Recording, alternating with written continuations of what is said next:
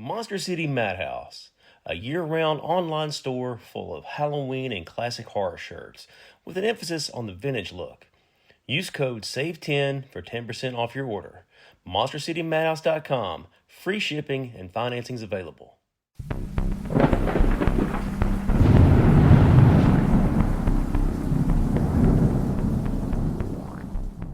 Welcome back to Southern Ghost Stories. I am the American historian, Alan Searcy. Man, a lot going on this week. Hey, first of all, have you checked out my new book, Hexed? Well, if you hadn't, you could possibly get it for free. You know our big book giveaway is going on through January. And if you subscribe, leave a review, and then send a screenshot of the review to Southern Ghost Stories on Facebook or Instagram, you'll be in a drawing for the free 5 books I'm giving away this month. And if you win, you get to pick the book. I mean, it could be Southern Ghost Stories Chattanooga. It could be Fear and Folklore, American Monsters. You could pick Below the Trestle, Hex. It's up to you, whatever you want. Those ones we're giving away. So today I want to dig in some eerie North Carolina folklore. Growing up, I had family in Raleigh, also in Charlotte, and I would go there occasionally to the Carolinas, and I'd hear wild stories about Native Americans, mysterious lights in the mountains. So today I thought it'd be fun to kind of just dig in on some of that. So high in the Blue Ridge Mountains of western North Carolina, there's a ridge that defies explanation. It's a rugged, unremarkable stretch of rock and pine known as Brown Mountain. To a hiker in the daylight, it looks like any other part of the Pisgah National Forest. But when the sun dips below the peaks of the Linville Gorge, the mountain changes. Since before the United States was a nation, people have stood on the overlooks of Highway 181 and watched the impossible.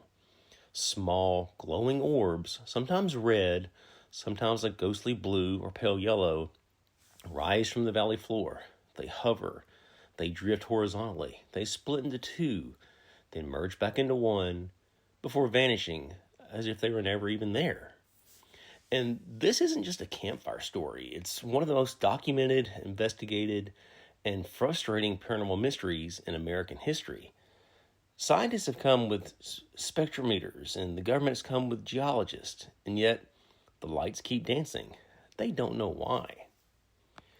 So to understand the Brown Mountain lights, you have to look past the science and dig into the soil. The earliest records of these lights don't come from newspapers, but the oral traditions of Cherokee and Catawba nations. According to legend, a great battle was fought at the foot of Brown Mountain in the year 1200. It was a brutal, bloody conflict between the 2 tribes. The story goes that the lights, they're the spirits of Cherokee women, wandering the slopes with lanterns, eternally searching for their husbands and sons, who never came back from the battle. In the 1700s, German explorer John William Gerard de Brom recorded the lights, claiming they were spirits or possibly mountain vapors. In the 1800s, the story turned darker. Locals whispered about a planter who had got lost in the woods, or a woman murdered by her husband, her soul trapped in the glowing orb, seeking justice. But folklore only takes us so far. In the early 20th century, the mystery moved from the realm of spirits to the realm of the United States government. In 1913, the reports became so frequent and so credible that the U.S. Geological Survey was forced to respond. They sent a researcher named George Roger Mansfield. Mansfield stood on the ridge and watched. His conclusion? Well, he claimed the lights were nothing more than a locomotive headlights from the valley below, and they were refracted through the mountain air. The locals laughed. They knew the terrain. They knew that many of the sightings occurred in areas where no tracks existed. Well, then came the Great Flood of 1916. The flood was a catastrophe. It washed out the bridges, took down the power lines, and most importantly, it stilled every locomotive engine in the region. The mountains were plunged into total primitive darkness. No electricity, no trains, no cars. And yet, on the darkest night of the flood, the Brown Mountain lights are reported to be brighter than ever. So the headlight theory was dead. In 1922, they tried again. The government sent another team. This time, They blamed automotives and brush fires. But again, the lights appeared in places no car can go.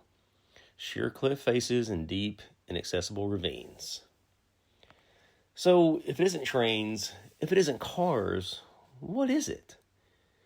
Over the last 50 years, the theories have moved into the fringe. Some geologists believe that the stress on the quartz rock within the mountain creates a piezoelectric discharge. Essentially, the mountain is a giant battery creating balls of lightning. Another theory is ghost rockets. During the 1950s and 60s, the lights were often linked to the UFO craze. Witnesses claim the lights didn't just drift, they reacted from human presence. So the third theory, mirages. A complex, atmospheric fata morgana where light from distant cities like Morganton is projected onto the mountains by layers of hot and cold air. But none of these explain the close encounters.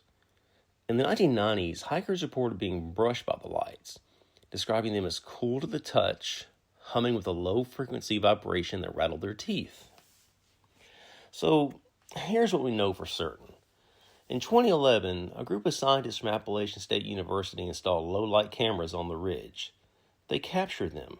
Digital, undeniable proof. The lights are real. They are physical phenomena. But after 3 years of data, the scientists admitted they still couldn't say why they happen. So Roan Mountain's a place where the map of the known world ends. Whether the lights represent the last of the great American mysteries, really.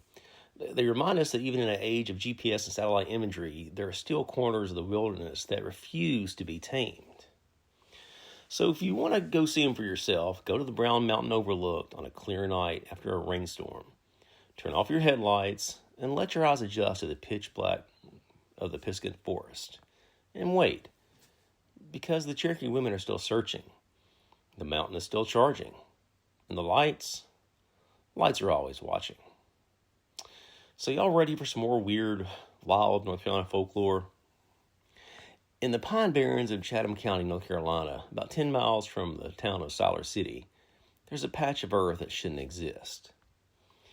It is a perfect circle, 40 feet in diameter. It isn't a clearing made by a bulldozer or a farmer. It's just a natural void. Inside that circle, the soil is scorched and barren. No grass grows there. No weeds take root. If you transplant a flower into that dirt, it will be dead by morning. For at least 300 years, locals have called this area the Devil's Tramping Ground. The legend's simple. At night, the Prince of Darkness rises from the depths of hell. He comes to this spot to pace in a circle, brooding over his rebellion against heaven and plotting the downfall of mankind. And as he walks, his cloven hooves sear the earth, ensuring nothing living can ever touch his path. Well, if you visit this circle during the day, it looks like a dusty path in the middle of the woods. But it's what happens at night that has built the site's terrifying reputation. For generations, campers have tried to outstay the legend. They place heavy stones, logs, or personal belongings inside the circle before the sun goes down. Yet, they wake up in the morning to find their items have been pushed outside the perimeter of the circle. In the 1940s, a local journalist tried a more scientific approach. He placed a series of wire bird cages inside the circle, each containing a small animal or a heavy object. He sat nearby, watching. He reported as the clock struck midnight, a heavy, oppressive feeling settled over the woods. By morning, the cages hadn't just been moved. They were found several yards in the tree line, as if they had been kicked aside by something with just tremendous strength. Even the animals know. Hunters in Chatham County will tell you that their dogs, normally fearless hunting dogs, will whimper and tuck their tails when they approach the clearing. They refuse to cross the line into the circle. So, to be objective, we have to ask, how long has this been happening? The earliest written records of the tramping ground go back to the late 1800s, but oral history suggests it predates the arrival of European settlers. Some historians even tried to link it to the lost colony of Roanoke. There is a theory, unproven but fascinating, that the survivors of the Roanoke County fled inland and settled in Piedmont. They encountered a tribe that spoke of the Great Spirit's footprint, a place where the earth was cursed because of a great battle between gods. But when the white settlers arrived, they simply swapped the Great Spirit for the devil. By 1880, the circle was already a well-known landmark. It was so perfectly clear that locals used it as a place to hold meetings or dances, until they realized that no matter how much trash or debris they left behind, the circle was always swept clean by the following morning. Now, let's look at the truth through the lens of science. Over the years, dozens of geologists and soil scientists from North Carolina State University have taken samples from the Tramping ground. They are looking for logical explanation. Is it high salt content, copper deposits, a radiation leak? No, who knows? Well, the soil inside the circle is different from the soil 10 feet outside of it. It is significantly higher in salt and contains an unusual concentration of sterile minerals. Scientists can't agree on why. Some suggest it's a natural salt lick, which would explain why animals might have trampled it down centuries ago. But if it were a salt lick, animals would be drawn to it to lick the dirt. But they aren't. They flee from it. Others have suggested a urine theory, that the circle was once a pen for livestock and the high acidity of the waste permanently sterilized the ground. But the circle is just too perfect, and the sterility has lasted far longer than any known agricultural runoff would really allow. So today, the Devil's Tramping ground, it's on private property, but it remains a pilgrimage site for those curious and brave that grew up in the area. The most common report from visitors isn't seeing the devil himself, it's the silence. In the North Carolina pine forest, you should hear the buzz of cicadas, the rustle of squirrels, the chirping of birds. But inside the circle, the sound just drops out. It's like an acoustic dead zone. It's as if the atmosphere itself is just being suppressed. And then there are other walkers. In recent years, hikers have captured audio of what sounded like heavy, rhythmic footsteps circling their tents. Footsteps that leave no tracks in the dust, but vibrate the very ground beneath them. So, is it a geological anomaly? A forgotten Native American site? Or does the devil really need a place to think? The objective fact is that 40 feet of North Carolina dirt refuses to support any kind of vegetation or life. It has refused for 3 centuries, possibly longer. You can bring a bag of grass seed and a gallon of water, but by next week, the dirt, it'll be bare again. Well, if you decide to visit, remember the rule, leave nothing behind. Not because it's polite, but because the owner of the circle doesn't like his path cluttered. And he has a very aggressive way of cleaning it up, or so we've been told. So yeah, man, that's a wild story, but here's something else that I really thought was fascinating, digging into the North Carolina folklore. The stories come out of Appalachia. They're bonkers. Well, how about some Appalachian witch stories in North Carolina? Well, high on the border where North Carolina meets Tennessee, there's a peak that holds the clouds differently than the rest, Roan Mountain. In the early 1800s, it wasn't just a landmark, it was a kingdom of shadows, and that kingdom had a queen. She was an old, haggard woman whose real name has been lost to the wind. The locals simply call her the Witch. She didn't live in a cabin at first. She lived in a cave, carved into the side of a mountain like a jagged tooth. But this wasn't just a story told to scare children into finishing their supper. This was a woman who held an entire community in a state of perpetual dread. To the mountain dwellers of the early 19th century, the Witch of Roan Mountain was as real as the winter snow and twice as dangerous. They lived in a state of unwavering submission. Think about that. An entire community paying a protection tax to a single woman in a cave. They brought her food. They brought her gifts. They left offerings on the cold stone of the mountain, not out of respect, but out of a desperate, clawing hope that she wouldn't notice them, that she would leave them alone. Because the mere mention of her name, it was a death sentence. The locals believed that if you spoke her name aloud, you were summoning a calamity, a drought that would wither your corn, a landslide that would just bury your livestock, a lightning strike that would split your home in two. To the people of Roan Mountain, she wasn't just a woman. She was a weather pattern. She was a force of nature that had to be appeased. Well, one afternoon, the community decided to try and reclaim some normalcy. They organized a picnic, a rare moment of joy in the shadows of the peaks. But the witch, she heard about it. Imagine the scene. Families spread out on blankets, the smell of fried chicken and cornbread in the air. Then, at the edge of the clearing, a figure appears, haggard, gray, silent. She didn't have to say a word. Chaos erupted. The picnic turned into a riot. Unadulterated panic. People were trampled. Men and women were injured in the scramble, just trying to escape. Horses, sensing the human terror, charged in every direction, throwing riders and smashing wagons. In the eyes of the locals, her mere presence was a poison that turned a community gathering into a massacre. But there's always one skeptic. In this story, there's a man named Old Man Kraus. Kraus lived near the witch's cave. Maybe proximity had made him cynical, or maybe it was a jar of moonshine, who knows. One night, fueled by liquid courage, Kraus began to laugh. He dismissed her powers. He called her a fraud. He mocked the very idea that an old woman in a cave could control the lightning. The locals watched in horror. They knew what was coming. And they were right.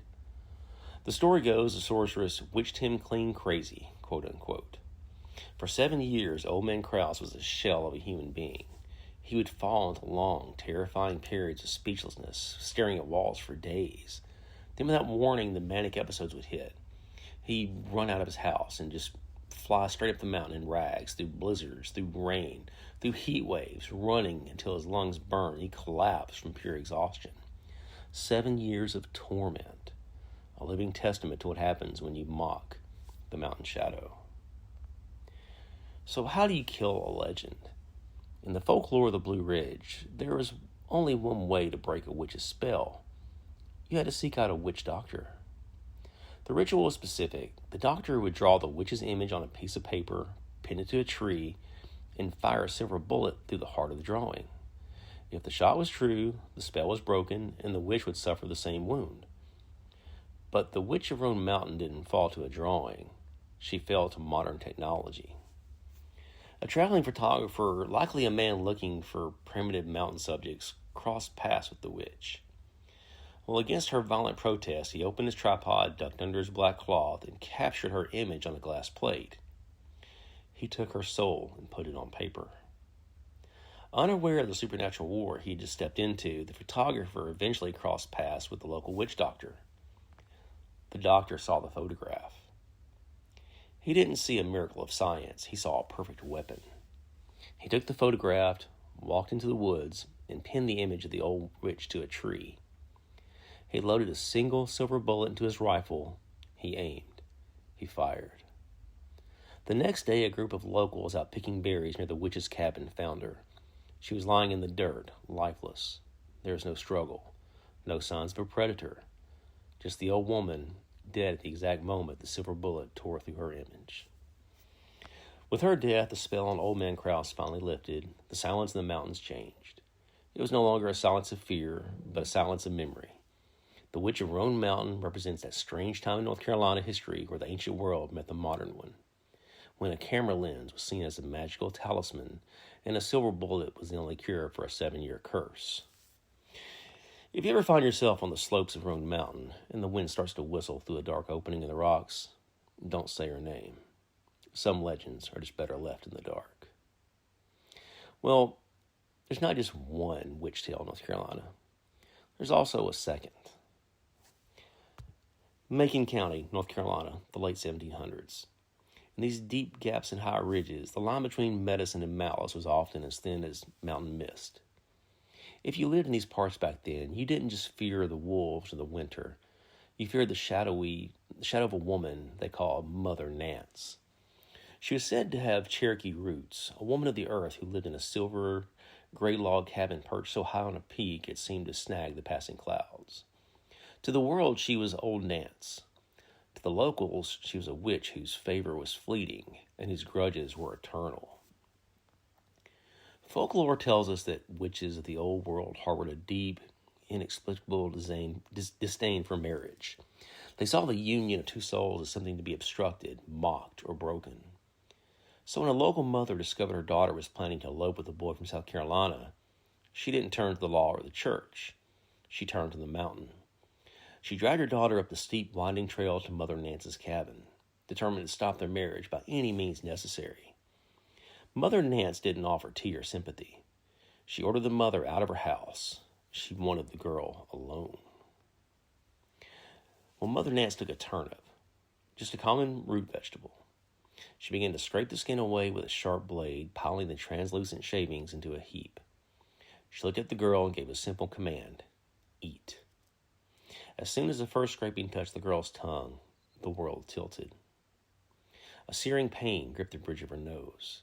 It wasn't just a sting, it was a physical warping. The agony spread like a fever across her cheeks, pulling and tugging at her skin until it reached her ears. When the mother was finally summoned back inside, she didn't find her daughter. She found a stranger with a face that looked like it had been melted and reshaped by a cruel hand. The transformation was complete. The girl's nose was now hideously misshapen, a gnarled, distorted version of her former self. Imagine the cruelty of the days that followed. Passers-by stared in open horror, but the real test came when she saw her lover, the boy from South Carolina, when he came calling. She met him wearing a heavy cloak, her hands pressed tightly over her face, trembling. The young man, thinking it was some kind of game, playfully prodded her. He begged to see the face of his true love. She lowered her hands.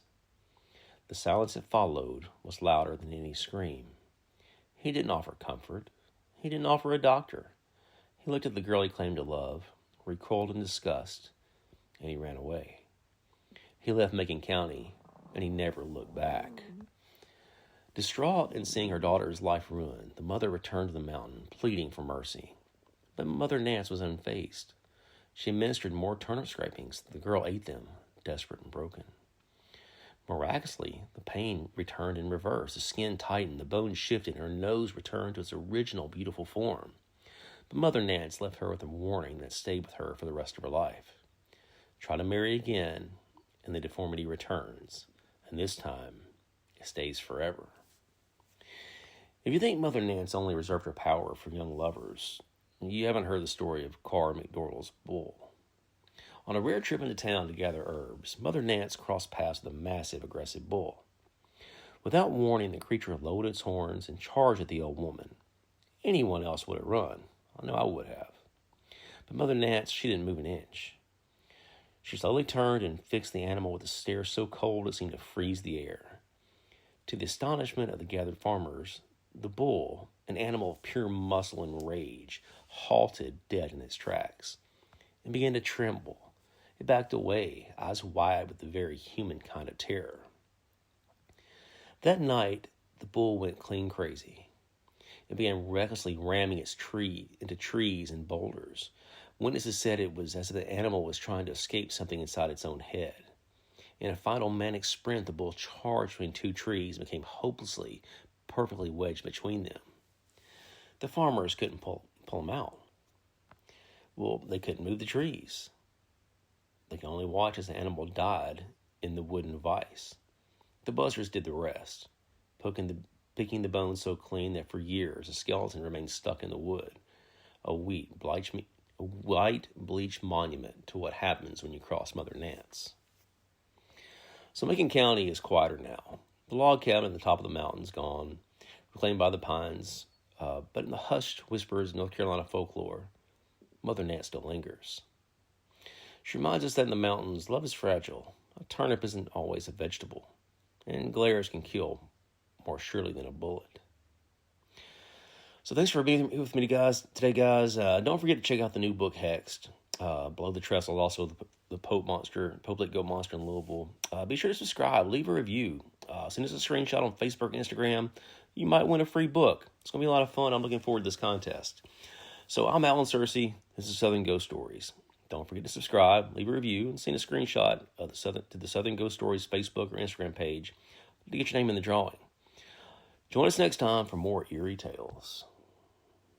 Check out the exclusive shirts from Monster City Madhouse, Gravestone, Rocktober, and Val Halloween. All that and much more at MonsterCityMadhouse.com.